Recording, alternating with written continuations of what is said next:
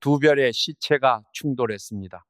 1억 3천만 광년 밖에서 상상할 수 없는 폭발이 일어났습니다. 그 잔해의 일부가 수억 년을 떠돌다 태양계가 만들어질 때 섞여들었습니다. 그리고 그 일부가 지금 여러분 손가락 위에서 조용히 반짝이고 있습니다.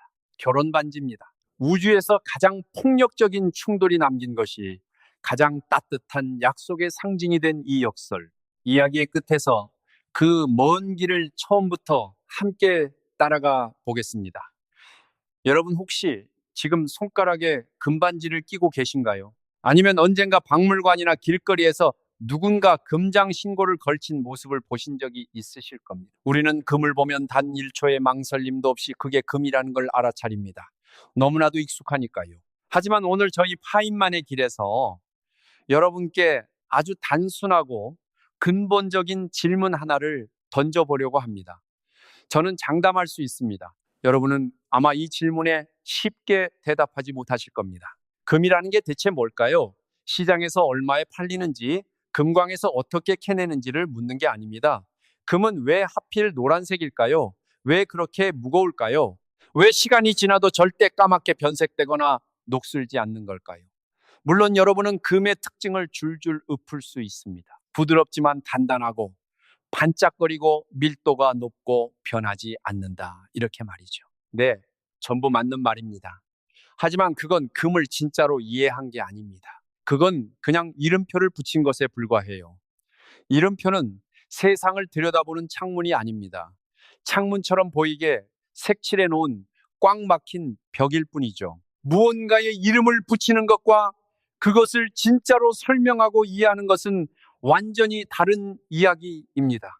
저는 평생을 이 두 가지의 차이를 고민하며 살아왔습니다. 그리고 이 작고 화려한 금덩어리야말로 우리가 무언가를 안다고 착각하는 것을 깨부수기 위한 가장 완벽한 상대입니다. 이야기를 시작하기 전에 아주 오래된 인간의 꿈 하나를 먼저 떠올려 볼까요? 수천 년 동안 세계 곳곳에 똑똑하다는 사람들이 하나의 목표에 인생을 걸었습니다.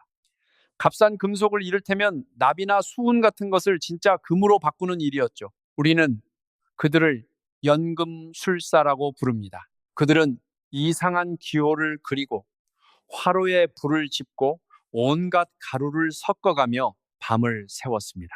뉴턴조차 그 위대한 아이작 뉴턴조차 젊은 시절 연금술에 깊이 빠져 있었다는 사실을 아시나요? 그런데 그렇게 영리한 사람들이 그토록 오래 매달렸는데 왜 단 한 번도 성공하지 못했을까요? 그들이 게을러서요? 아니면 방법을 몰라서요? 둘 다 아닙니다. 그들은 근본적으로 잘못된 장소를 파고 있었기 때문입니다. 이건 정말 중요한 힌트입니다. 잠시 이 실패를 마음 한 구석에 담아두세요. 왜 인류의 가장 똑똑한 두뇌들이 금 앞에서 무릎을 꿇었는지 그 답은 이야기가 끝날 무렵 여러분 스스로 알게 되실 겁니다. 자, 이제 가장 눈에 띄는 특징부터 시작해 볼까요? 사실이 첫 번째 특징부터가 아주 기가 막히게 이상합니다. 앞서 말씀드린 철자전거를 다시 떠올려 보세요. 구리로 만든 지붕은 세월이 지나면 푸르스름한 녹이 슬고 은으로 만든 포크나 목걸이는 어느새 시커멓게 변해 빛을 잃어버리죠. 그런데 여러분, 이건이 금속들이 뭔가 불량이라서 그런 게 아닙니다. 이건 아주 정상적인 화학 반응이에요. 오히려 이게 세상의 기본값입니다. 원자들은 원래 서로 만나 결합하고 싶어하고 전자를 주고받는 것이 물질들의 지극히 자연스러운 상태입니다. 반응하고 변하고 썩어가는 것 말이지요. 우리 몸도 우리가 먹는 음식도 이 세상 거의 모든 것이 끊임없이 다른 것과 반응하며 조금씩 변해갑니다. 하지만 금은 이 중 그 어떤 것도 하지 않습니다. 소금물에 푹 담가두거나 뜨거운 공기 중에 방치해도 전혀 변하지 않습니다. 이집트 파라오의 무덤에서 3년 만에 꺼낸 황금 마스크가 마치 어제 만든 것처럼 번쩍이는 이유가 바로 이것입니다. 그저 금은 금으로 남을 뿐이지요. 우리가 볼 때는 우화금은 정말 완벽해라고 생각하기 쉽지만 물리학자의 관점에서 보면 이건 정말 말도 안 되는 비정상적인 상태입니다. 원래 원자들은 서로 격렬하게 반응하고 싶어 하거든요. 이건 무슨 극적인 이야기를 지어내는 게 아니라 순수한 에너지의 법칙입니다. 원자들이 서로 결합하면 전체 시스템의 에너지가 낮아지고 에너지가 낮아진다는 건 곧 더 안정적인 상태가 된다는 뜻이니까요. 자연은 언제나 에너지가 낮은 편안한 쪽으로 굴러가려고 합니다. 마치 언덕 위에 공이 아래로 굴러 내려가고 싶어 하는 것처럼요. 그런데 금은 그 언덕 위에 가만히 멈춰서 있습니다. 굴러 내려가기를 거부하는 겁니다. 그렇다면 금은 왜 반응하지 않을까요? 왜 파티에 가서 아무도 말은 섞지 않으면서 가장 매력적인 사람처럼 혼자 조용히 서 있는 걸까요?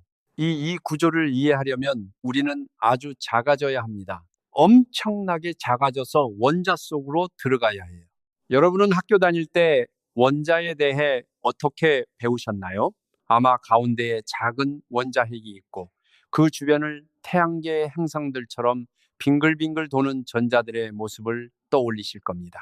아주 깔끔하고 규칙적이고 상상하기 쉬운 그림이죠. 하지만 오늘 파인만의 길을 보시는 여러분, 그 그림은 싹 다 잊어버리세요. 그건 틀렸습니다. 조금 틀린 게 아니라 아예 근본적으로 틀렸어요. 전자들은 행성처럼 정해진 궤도를 돌지 않습니다. 애초에 고정된 위치라는 것 자체가 없어요. 전자는 확률의 구름처럼 아주 흐릿한 상태로 존재합니다. 우리가 전자의 위치를 측정하려고 딱 쳐다보는 순간에는 어딘가에 존재하지만 우리가 보지 않을 때는 동시에 모든 곳에 퍼져 있는 겁니다. 말도 안 되게 미친 소리 같죠? 네, 미친 소리가 맞습니다. 하지만 이게 진짜 우주의 현실입니다. 이걸 조금 더 실감나게 그려볼까요?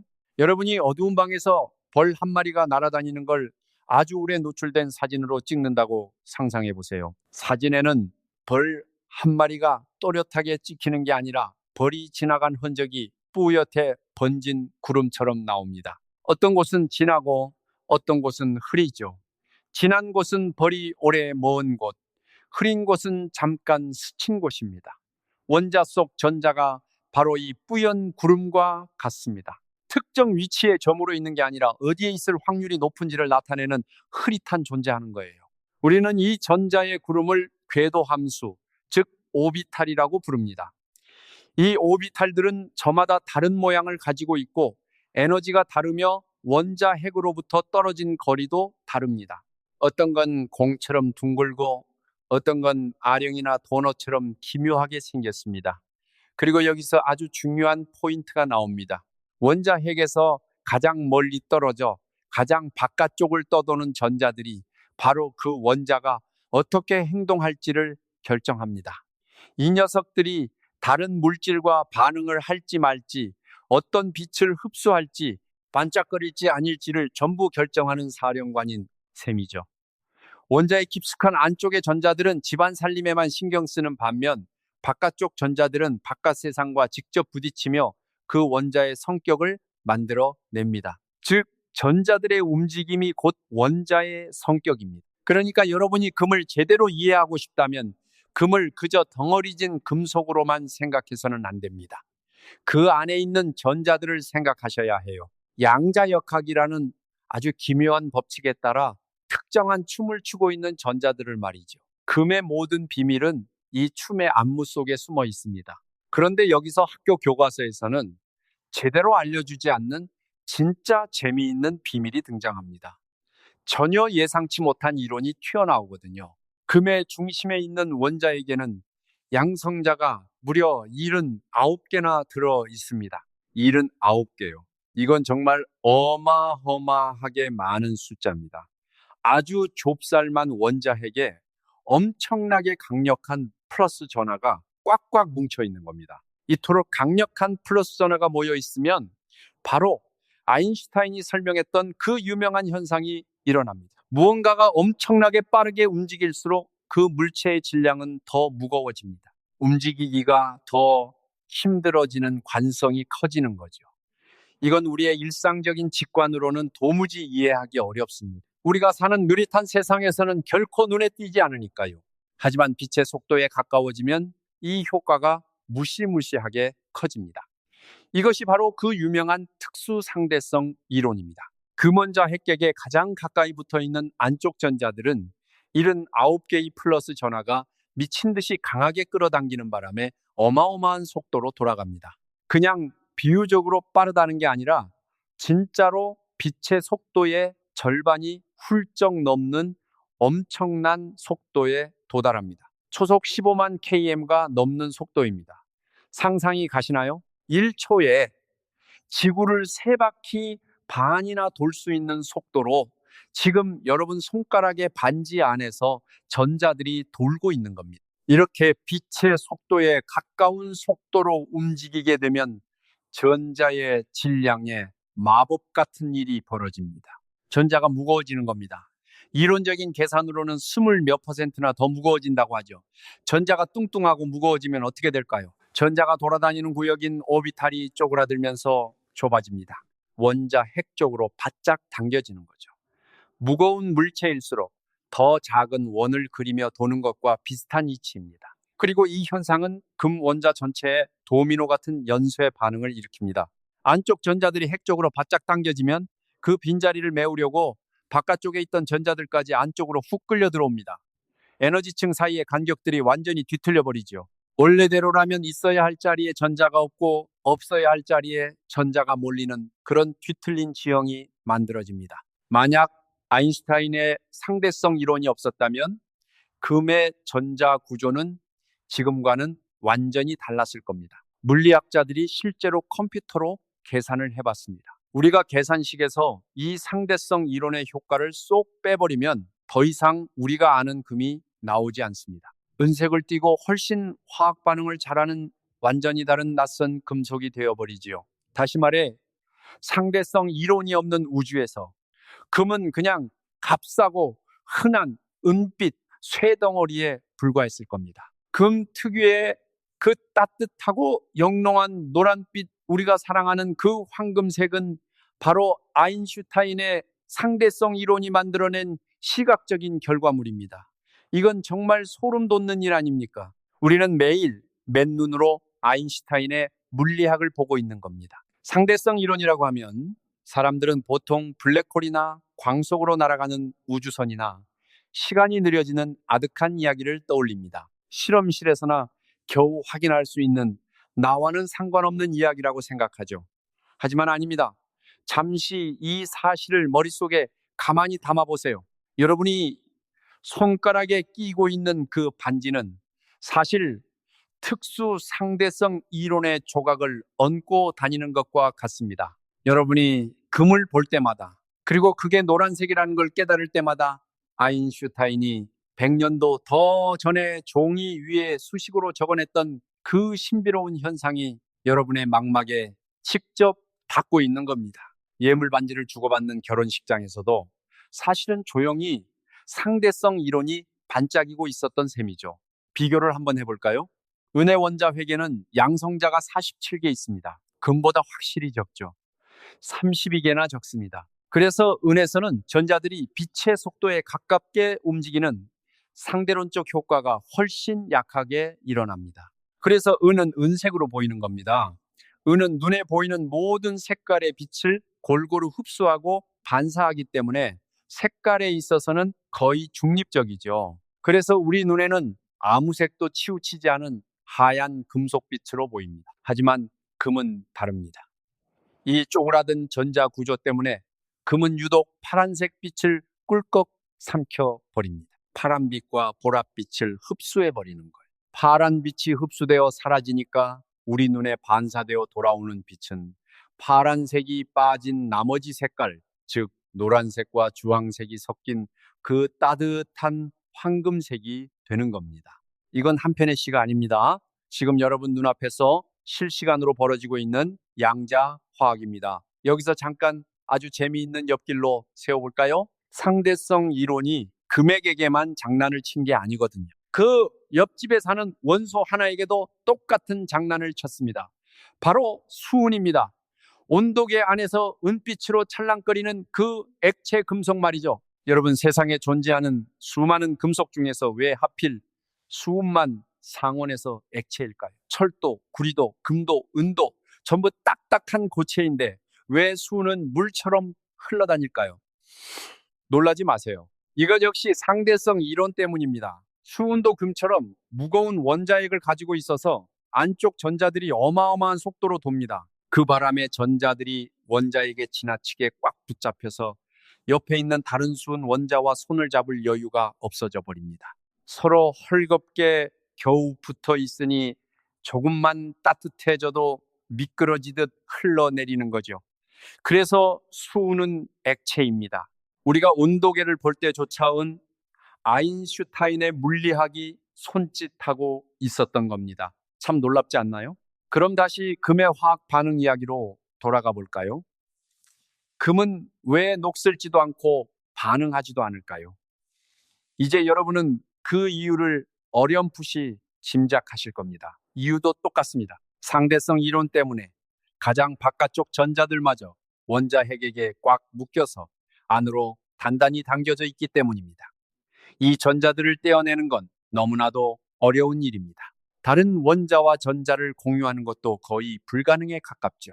화학 반응이라는 건 결국 원자들끼리 전자를 주고받거나 같이 쓰는 건데 금은 자기 전자를 남에게 절대 내어주지 않습니다. 금이 유독 마음이 넓거나 성격이 안정적이라서가 아닙니다. 오히려 정반대예요. 전자를 내어주기 싫어하는 지독한 구두쇠이기 때문이죠. 금의 전자들은 마치 깨지지 않는 유리덮개 안에 안전하게 보관되어 있는 것처럼 아무도 건드릴 수 없는 상태로 얌전히 앉아 있는 겁니다. 산소가 다가와도, 물이 다가와도, 소금기가 다가와도 금은 눈길 한번 주지 않습니다. 그래서 우리 인류가 자연에서 순수한 금덩어리를 그대로 발견할 수 있는 겁니다. 이게 얼마나 특별한 일인지 아시나요? 철이나 알루미늄 같은 흔한 금속들은 자연 상태에서 절대 순수한 금속으로 존재하지 않습니다. 이미 산소나 다른 원소와 찰싹 결합해서 붉은 흙덩어리나 광석의 형태로만 존재하죠. 인간은 엄청난 에너지를 쏟아부어 그 결합을 억지로 떼어내야만 겨우 순수한 금속을 얻습니다. 하지만 금은 다릅니다. 아무도 결합하지 않으니 수만 년 전에도 강바닥에서 반짝이는 순수한 금 알갱이를 그냥 주울 수 있었습니다. 우리 조상들이 다른 어떤 금속보다 금을 먼저 알아본 이유가 바로 이것입니다. 금은 화학 반응을 거부한 덕분에 인류에게 발견되기 위해 수만 년을 순수한 모습 그대로 기다리고 있었던 셈이죠. 그 다음은 무게와 밀도에 대해 이야기해 볼까요? 금은 왜 이렇게 지독하게 무거울까요? 아주 작은 금조각 하나만 손에 쥐어봐도 겉보기다 훨씬 묵직하다는 걸 느낄 수 있습니다. 세상에 가벼운 금속은 없다지만 금은 철보다 무려 2배 넘게 무겁습니다. 손바닥에 겨우 올라오는 정도의 작은 금괴 하나가 웬만한 성인 남성도 한 손으로 들기 버거울 만큼 무겁죠. 영화에서 도둑들이 금괴를 한 아름씩 가볍게 안고 뛰는 장면이 나오는데 사실 그건 완전히 거짓말입니다. 진짜 금괴라면 몇 개만 들어도 허리가 휘어버릴 테니까요. 여기에는 2가지 이유가 겹쳐 있습니다. 첫 번째는 아까 말씀드린 원자핵입니다. 양성자가 79개, 그리고 가장 흔한 금의 경우에는 중성자가 11, 10개나 뭉쳐 있습니다. 원자핵 하나에 무려 200개에 가까운 무거운 입자들이 빽빽하게 들어차 있는 거죠. 원자핵 자체가 무시무시하게 거대하고 무겁습니다. 금원자 하나하나가 태생적으로 엄청나게 무겁다는 뜻입니다. 두 번째는 짐 싸기의 기술입니다. 상대성 이론 때문에 전자구름들이 꽉꽉 쪼그라들었다고 말씀드렸죠. 그래서 그 원자들은 원래 차지해야 할 공간보다 훨씬 작은 공간만 차지합니다. 빈 공간이 거의 원자들을 엄청나게 빽빽하게 쌓아 올릴 수 있는 겁니다. 마치 겉보기에는 평범한 축구공만 한데 속을 썰어보면 빈틈없이 꽉 차 있는 쇠덩어리 같은 느낌이랄까요. 안에서부터 스스로를 짓눌러 압축시킨 작은 우주인 셈입니다. 금을 볼 때 그 작은 부피에 속지 마세요. 금은 원자의 크기를 줄여서 자신의 진짜 무게를 숨기고 있는 겁니다. 이건 비유가 아닙니다. 물리적으로 정확히 일어나는 실제 상황입니다. 이 무게와 관련해서 여러분을 한번 놀라게 해 드릴까요? 인류가 역사가 시작된 이래 지금까지 캐낸 금을 전부 다 한자리에 모으면 얼마나 될 것 같으세요? 어마어마한 산더미를 상상하실지도 모르겠습니다. 그런데 놀랍게도 인류가 지금껏 캐낸 모든 금을 다 녹여서 하나의 정육면체로 만들면 그 한 변의 길이가 고작 20임 남짓밖에 되지 않습니다. 큰 수영장 하나 혹은 웬만한 3, 4층 건물 하나 정도의 부피에 인류 역사 전체의 금이 전부 들어간다는 뜻입니다. 수천 년 동안 그 수많은 사람들이 목숨을 걸고 전쟁을 벌이고 대륙을 건너 캐낸 금이 전부 다 해서 겨우 그 정도라니 정말 믿기지 않죠. 금이 왜 그토록 귀하게 여겨졌는지 이 작은 정육면체 하나가 말없이 설명해 줍니다. 그런데 재밌는 사실이 하나 더 있습니다. 사실 지구에는 이보다 훨씬 많은 금이 숨어 있습니다. 바로 바닷물 속에 말이지요. 전 세계 바다에는 어마어마한 양의 금이 아주 옅게 녹아 있습니다. 다 합치면 수백만 톤이 넘는다고 하죠. 그런데 왜 우리는 그 금을 캐지 않을까요? 그 농도가 너무나 묽어서 그 금을 뽑아내는데 드는 비용이 없는 금값보다 훨씬 크기 때문입니다. 수영장 하나를 통째로 뒤져야 겨우 눈에 보이지도 않는 금알갱이를 얻을까 말까 한 수준이죠. 우리 눈에는 그저 짠 바닷물일 뿐이지만 그 안에는 별들이 남긴 보물이 손에 잡히지 않는 처럼 흩어져 있는 겁니다. 그리고 그 작은 부피가 그토록 무거운 이유는 방금 우리가 함께 살펴본 전자와 원자핵의 이야기 속에 전부 들어 있는 겁니다. 그렇다면 반짝임은 뭘까요? 우리는 흔히 금이 반짝인다고 말하면서 그냥 예쁘게 보인다는 뜻으로 씁니다. 하지만 빛이 금 표면에 부딪힐 때 물리적으로 도대체 무슨 일이 벌어지는 걸까요? 금속 안에는 자유전자라는 녀석들이 있습니다. 특정 원자핵에게 얽매이지 않고 금속 내부를 제멋대로 떠돌아다니는 녀석들이죠. 마치 넓은 광장을 자유롭게 오가는 사람들처럼요. 그런데 빛은 일종의 전자기파, 즉 파동입니다. 이 빛의 파동이 자유전자들과 꽝 부딪히면 전자들이 흥분하기 시작합니다. 파도에 맞춰 춤을 추듯 위아래로 진동하는 거죠. 그리고 결정적인 순간 진동하던 전자들이 방금 맞았던 빛을 거의 그대로 다시 뿜어냅니다. 이것이 바로 반짝임의 정체입니다. 거울이 우리 얼굴을 비추는 것도 정확히 같은 원리죠. 마법 같은 비밀은 아니지만 그렇다고 시시한 이야기도 아니죠. 다가오는 빛의 파동을 향해 수십억 개의 전자들이 하나가 되어 합창단처럼 응답하고 그 빛을 다시 튕겨내는 엄청난 집단 행동이니까요. 지휘자도 없는데 수십억 개의 전자가 완벽하게 박자를 맞춰 노래하는 셈입니다. 거의 원래 빛 그대로 반사하지만 앞서 말했듯이 파란색 빛은 금이 꿀꺽 삼켜버립니다. 파란색은 돌아오지 않아요. 살아남은 나머지 빛들만 우리 눈으로 돌아옵니다. 그게 바로 따뜻하고 짙은 노란색의 반짝임입니다. 예뻐 보이고 싶어서 반짝이는 게 아닙니다.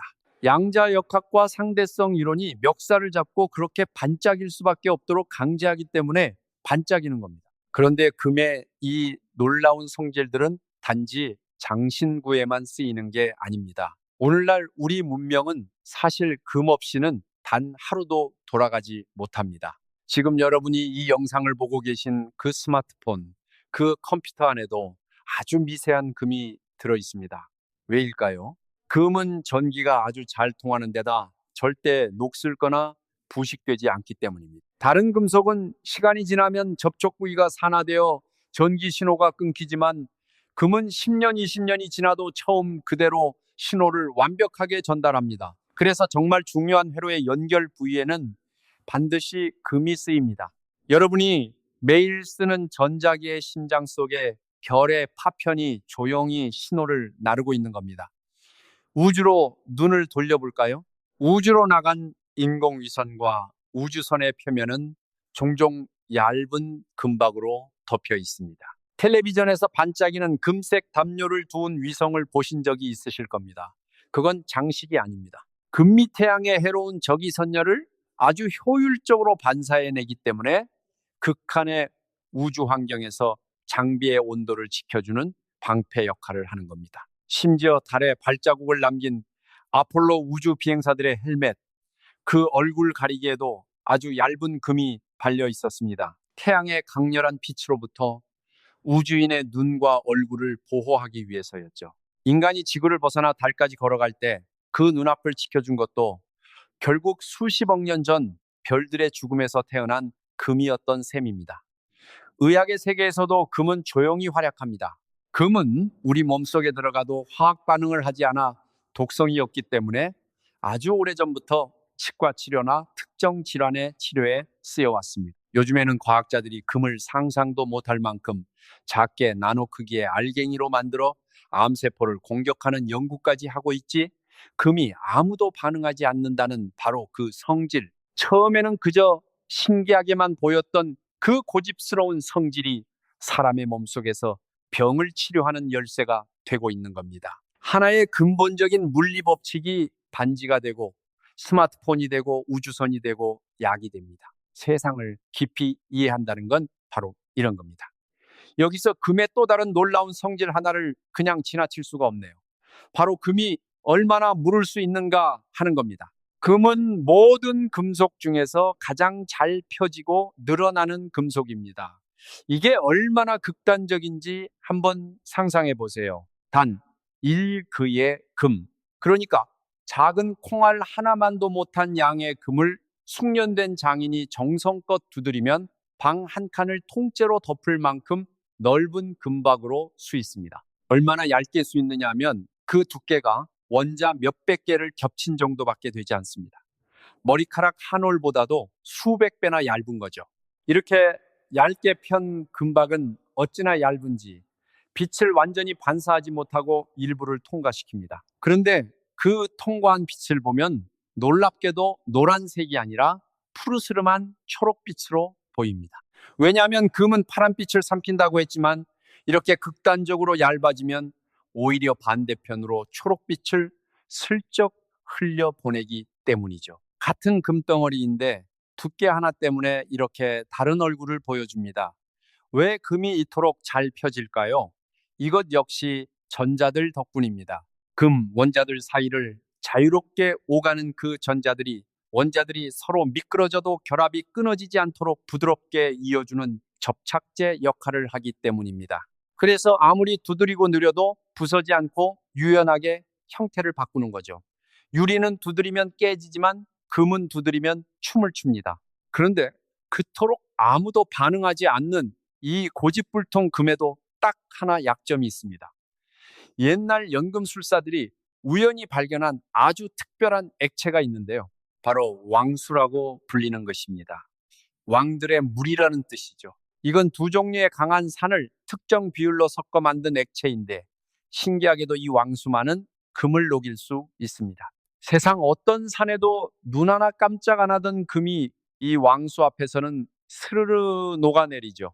여기에는 아주 유명한 일화가 있습니다. 2차 세계대전 당시 한 과학자가 나치에게 빼앗길 위기에 처한 2개의 노벨상 금메달을 지키기 위해 그것을 왕수의 통째로 녹여버렸습니다. 그리고 그 노랗게 녹은 용액을 선반 위에 아무렇지 않게 올려두었죠. 나치는 그 평범해 보이는 병을 그냥 지나쳤습니다. 전쟁이 끝난 뒤 과학자는 그 용액에서 다시 금을 되살려내어 메달을 새로 만들었습니다. 금은 왕수에 녹아도 사라지지 않고 다시 불러낼 수 있었던 겁니다. 이렇게 단 하나의 예외까지도 금의 이야기를 더욱 흥미롭게 만들어줍니다. 이제 사람들이 가장 흔하게 하는 아주 그럴듯하지만 끈질긴 착각 하나를 짚고 넘어갈까 합니다. 사람들은 흔히 금이 희귀하기 때문에 가치가 높다고 말합니다. 이게 맞는 말일까요? 글쎄요, 절반만 맞습니다.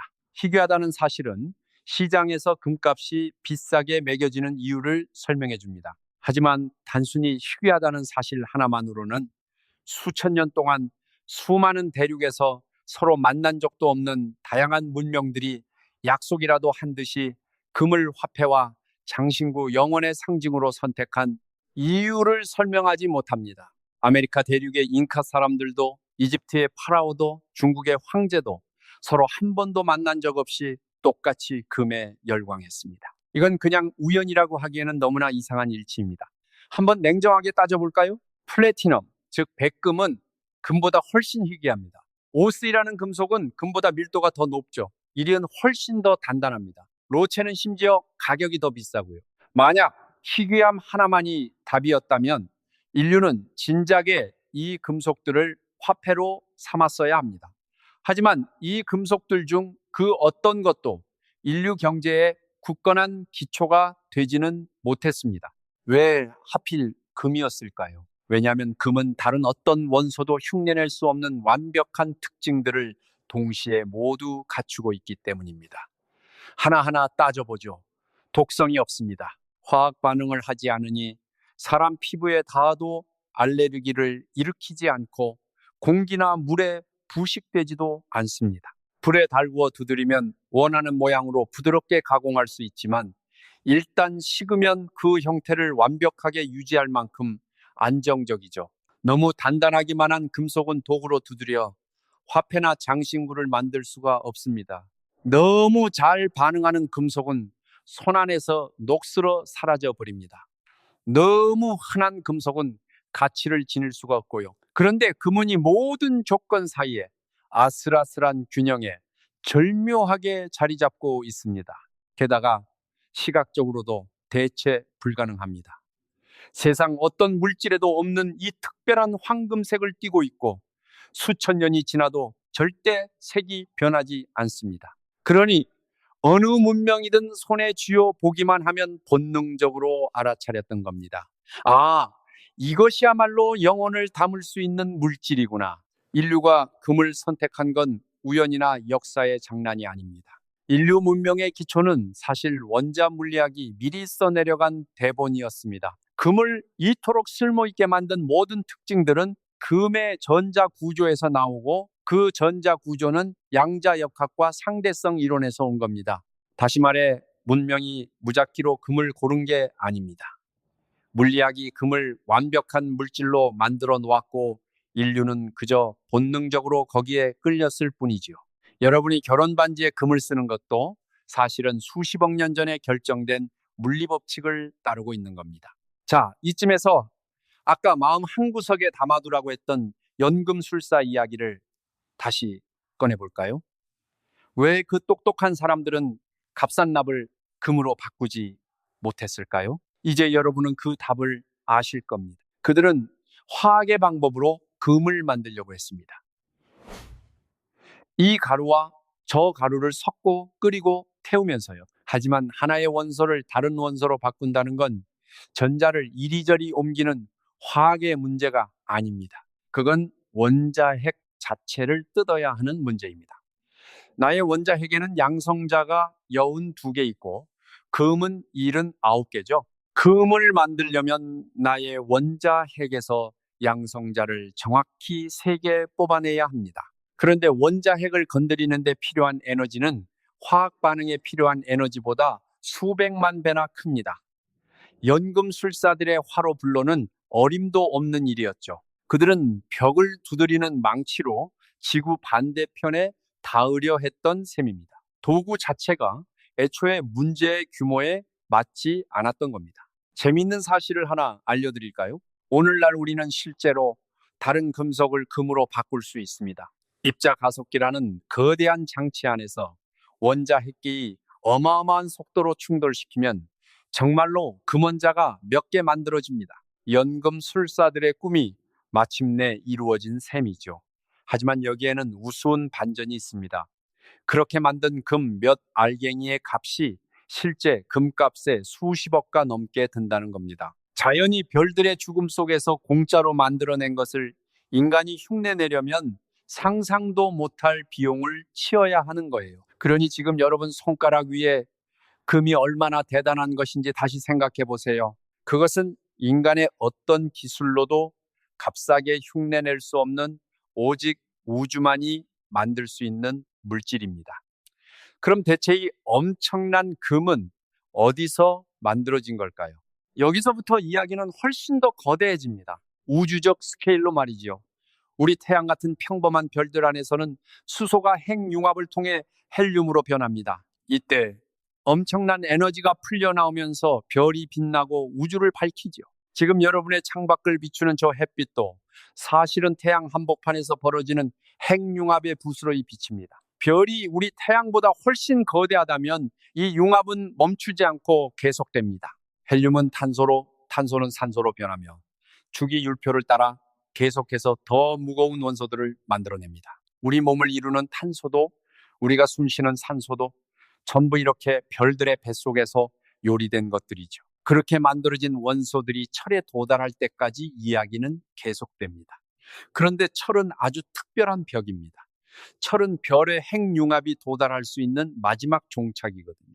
철까지는 원소를 융합할 때 에너지가 나옵니다. 하지만 철을 융합하려면 오히려 별이 뿜어내는 에너지보다 더 많은 에너지를 집어넣어야 합니다. 미지는 장사인 셈이죠. 그래서 별은 철 앞에서 멈춰섭니다. 에너지가 고갈된 별은 이제 자신의 엄청난 무게를 더 이상 이기지 못하고 안쪽으로 무너져 내립니다. 그리고 그 붕괴의 반동으로 어마어마한 대폭발이 일어나죠. 우리가 초신성이라고 부르는 별의 장렬한 죽음입니다. 이 한 번의 폭발이 은하 전체가 내는 빛보다 더 밝게 빛나기도 합니다. 하지만 여기서 중요한 문제가 생깁니다. 아무리 강력한 초신성 폭발이라도 금을 넉넉히 만들어내기에는 사실 역부족이라는 겁니다. 금처럼 철보다 훨씬 무거운 원소를 대량으로 만들려면 초신성보다도 훨씬 더 극단적인 조건이 필요하거든요. 상상을 초월하는 밀도와 온도, 그리고 어마어마한 양의 중성자가 한꺼번에 필요합니다. 그렇다면 그 미친 조건은 대체 어디에 있을까요? 오랫동안 과학자들도 이 질문 앞에서 고민했습니다. 우리 손가락에 금이 어디서 왔는지 확실한 답을 몰랐던 겁니다. 그 답이 딱 맞아떨어지는 사건이 바로 중성자별의 충돌입니다. 중성자별이란 거대한 별이 초신성 폭발을 일으키고 죽은 뒤 남은 찌꺼기입니다. 우리 태양과 맞먹는 엄청난 질량이 고작 지구의 작은 도시만 한 크기로 끔찍하게 짓눌려 압축된 상상할 수 없을 만큼 밀도가 높은 죽은 별이죠. 이 별의 물질 한 숟가락의 무게가 지구에 있는 모든 인류를 합친 것보다 무겁다면 믿으시겠습니까? 그만큼 극단적으로 압축된 존재입니다. 이런 중성자별 두 개가 우주 공간에서 서로의 중력에 이끌려 수백만 년 동안 빙글빙글 나선을 그리며 점점 더 가까이, 점점 더 빠르게 다가갑니다. 마치 배수구로 빨려 들어가는 물처럼 서로를 향해 맹렬하게 소용돌이 치는 겁니다. 그리고 마침내 광하고 정면으로 충돌하죠. 충돌하는 1초도 안 되는 그 짧은 찰나에 킬로노바라는 상상을 초월하는 대폭발이 일어납니다.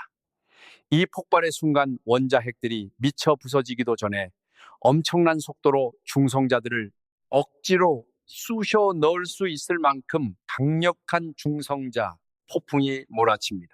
원자핵이 중성자를 개걸스럽게 삼키고 또 삼키면서 순식간에 무거운 원소로 변해가는 겁니다. 이 우주 최강의 불꽃놀이 속에서 마침내 가장 무거운 원소들이 빚어집니다. 금, 백금, 우라늄, 주기율표의 위쪽 절반을 차지하는 무거운 녀석들이 전부 이때 탄생하는 거죠. 단 한 번의 충돌에서 지구 여러 개를 통째로 금으로 만들고도 남을 양이 쏟아져 나옵니다.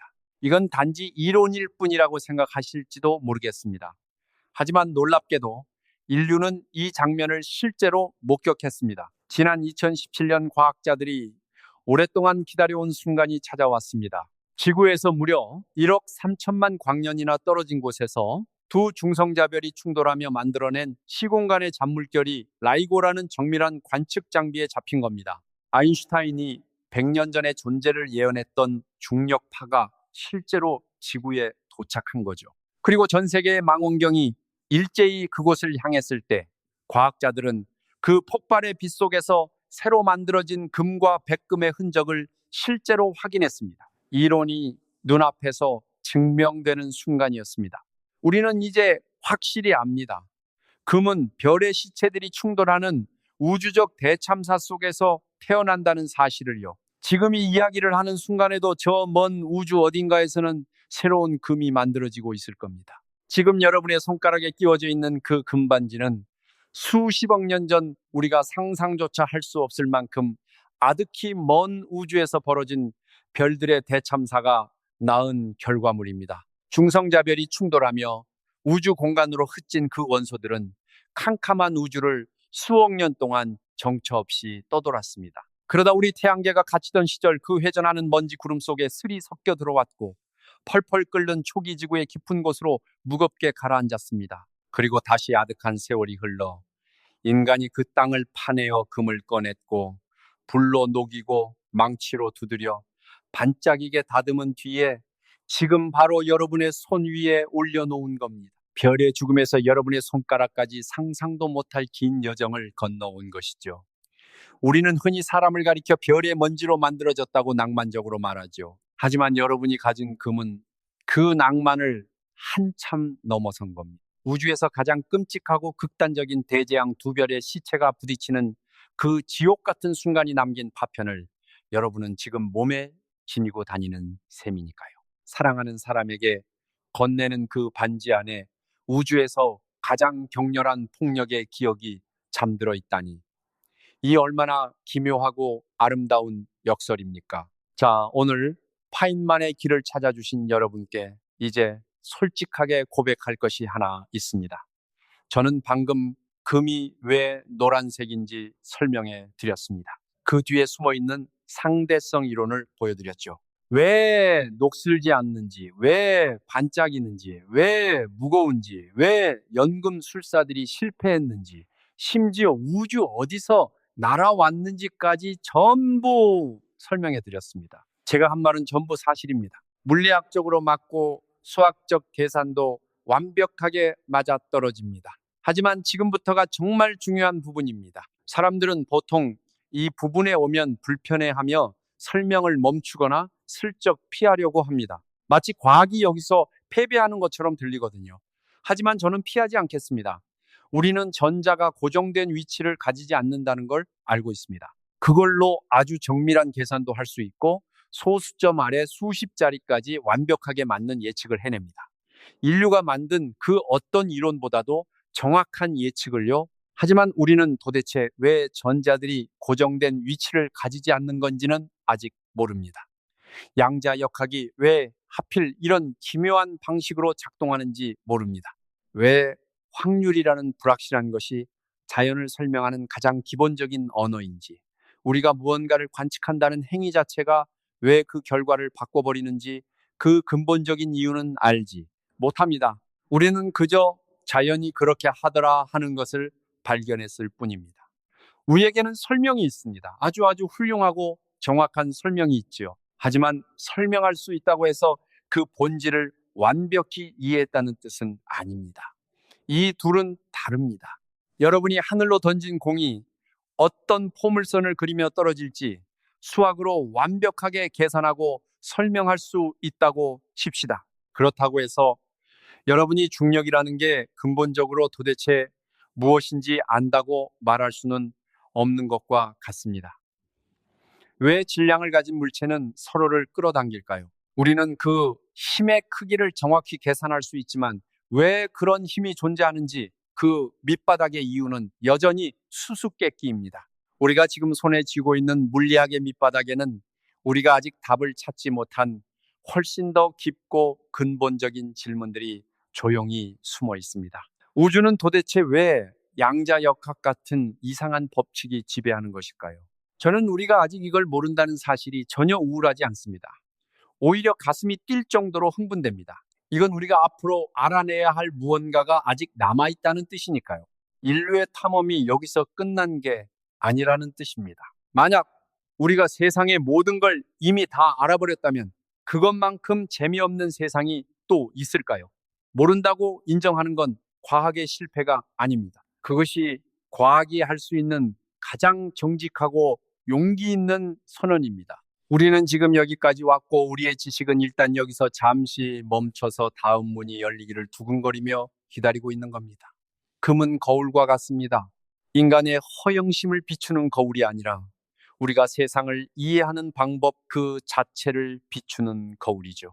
여러분이 금이라는 게 대체 뭐냐는 아주 단순한 질문 하나를 진지하게 파고들면 화학을 지나 양자역학을 거쳐 특수 상대성 이론을 넘고 전체 물리학과 우주의 역사를 관통하여 마침내 인류가 지금까지 알아낸 지식의 맨 끝자락, 거대한 미지의 경계선에 여러분을 데려다 놓습니다.